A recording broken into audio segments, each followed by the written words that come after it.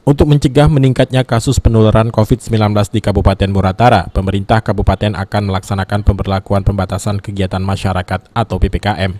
Wakil Bupati Muratara Inayatullah menegaskan, pelaksanaan PPKM ini dilakukan sebagai langkah komprehensif untuk menekan penularan COVID-19 di Kabupaten Muratara.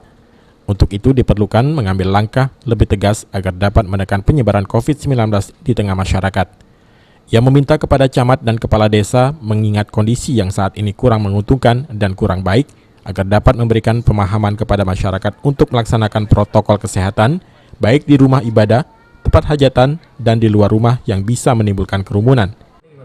PPKM saat ini kami laksanakan hampir setiap desa dan kelurahan telah kami pantau semua dan sudah terlaksana dengan baik. Dan kami terus berkoordinasi dengan para camat dan kepala desa dan kami pantau mulai setiap SDS stockholder yang ada agar ini bisa berjalan dengan baik. Di rumah sakit pun artinya untuk penanganan COVID sudah kita siapkan termasuk obat-obatan. Jadi sudah kita persiapkan termasuk dengan anggaran yang cukup gitu.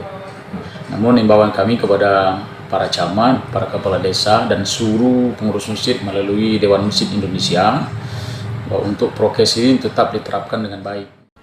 Inayatullah berharap masyarakat Muratara dapat menjalankan PPKM agar tidak menimbulkan klaster baru yang ada di Muratara.